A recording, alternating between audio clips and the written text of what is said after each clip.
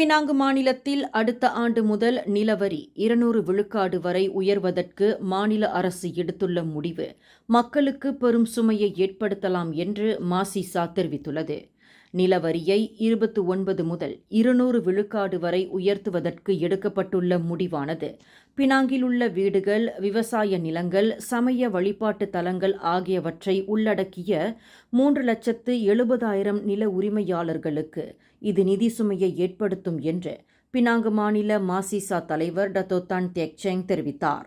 நிலவரி உயர்வு கடந்த 31 ஆண்டு காலமாக உயர்த்தப்படாமல் ஒத்திவைக்கப்பட்டு வந்தது என்று பினாங்கு முதலமைச்சர் சோ கொன்யோ கூறினாலும், பினாங்கு மக்கள் பொருளாதார அழுத்தத்தை எதிர்நோக்கி இருக்கும் இவ்வேளையில் நிலவரியை உயர்த்துவது என்பது பொருத்தமற்றது என்று டத்தோ தான் குறிப்பிட்டார். மேலும் செய்திகளை தெரிந்து கொள்ள கீழே இருக்கும் பெல் பட்டனை அழுத்துங்கள்.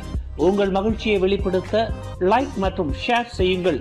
தொடர்ந்து திசைகளோடு இணைந்திருக்க சப்ஸ்கிரைப் செய்யுங்கள்.